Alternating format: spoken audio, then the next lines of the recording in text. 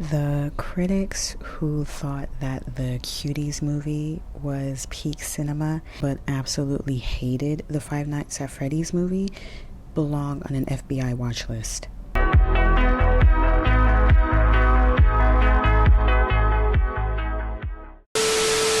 So my mom and I, I've been MIA for I don't know how many months. My mom and I recently saw the FNAF or Five Nights at Freddy's movie on Sunday, and I just felt overly compelled to make this video because a lot of the vitriol that I've seen about this movie, no. I think a lot of it is quite unwarranted if we're being honest. I've been telling my mom about the movie probably since July or August. I've been hyping it up to her, and she is a Gen Xer.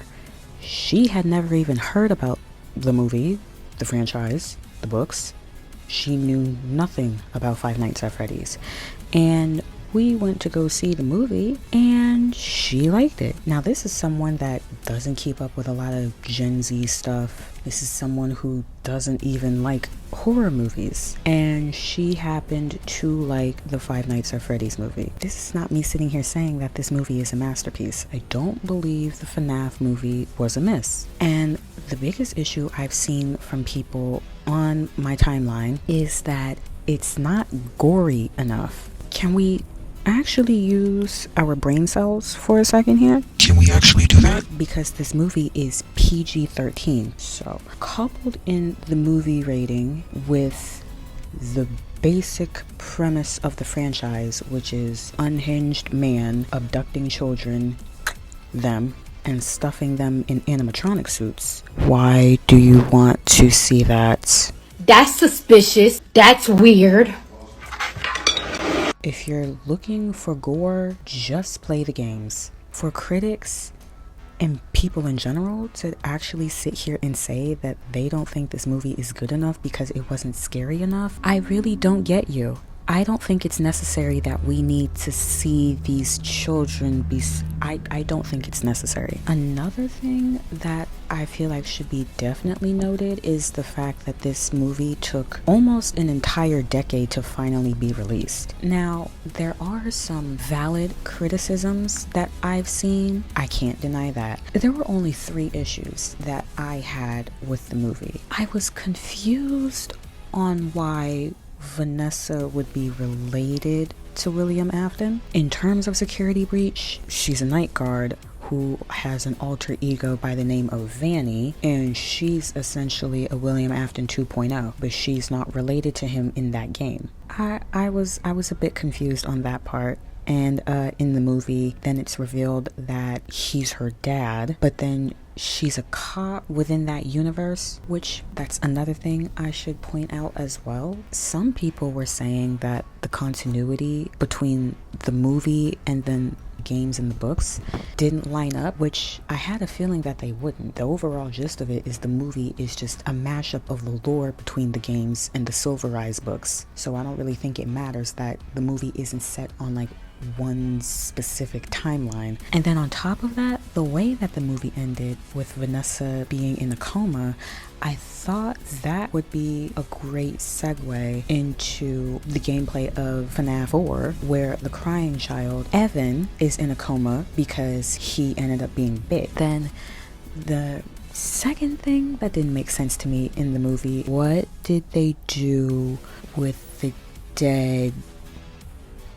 Because in the movie, Max and her boyfriend, and then I think one of his friends, are all a part of the scheme Mike's aunt, Jane, ends up hatching so that she can get full custody of Abby. They hatch this scheme where they break into the pizzeria and set up Mike as if, I don't know, he's too incompetent to be a security guard or something like that. And they break into the pizzeria, and all of them end up...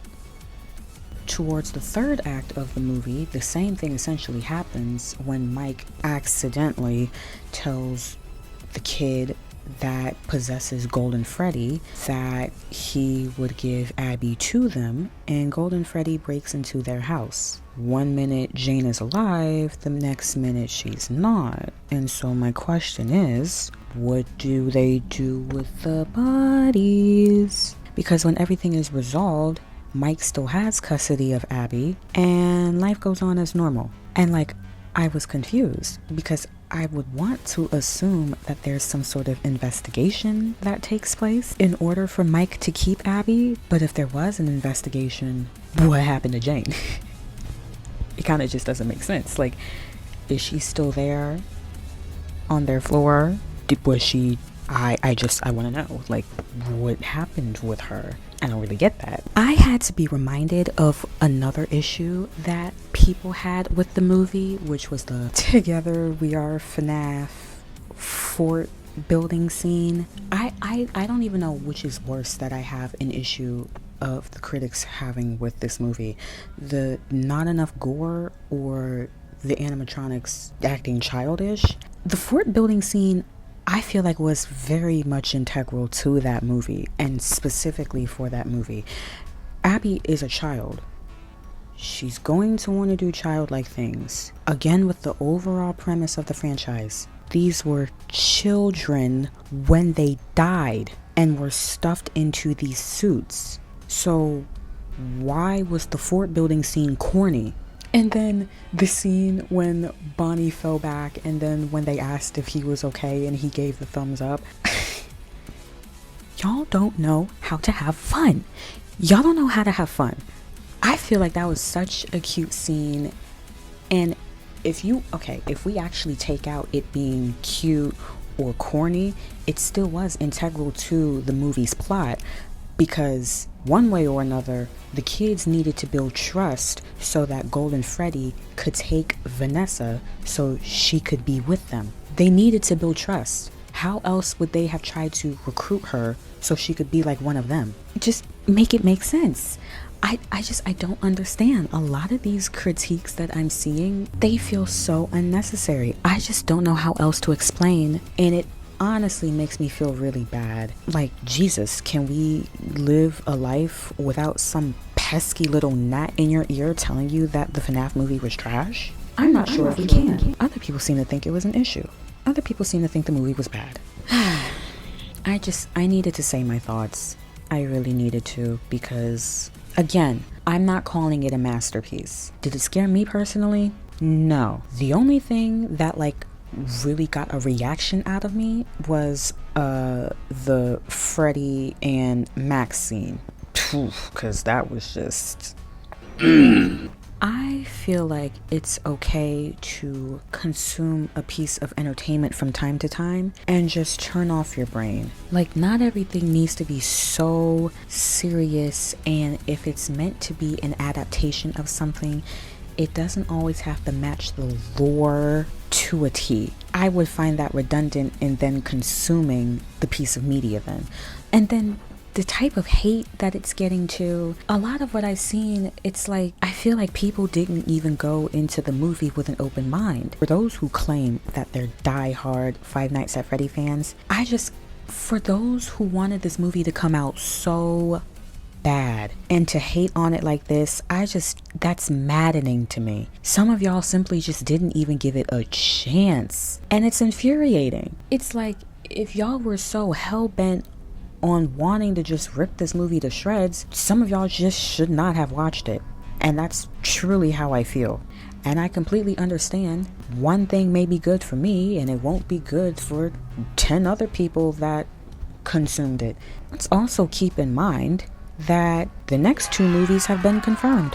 So if there are any other plot holes that I simply missed, I feel like a lot of them just might be addressed within the next 2 movies. But yeah, I needed to make a quick little video about my feelings for the movie, because I couldn't take it. I could not take it. I needed to actually verbalize how I was feeling. Yeah, that was my rant for you.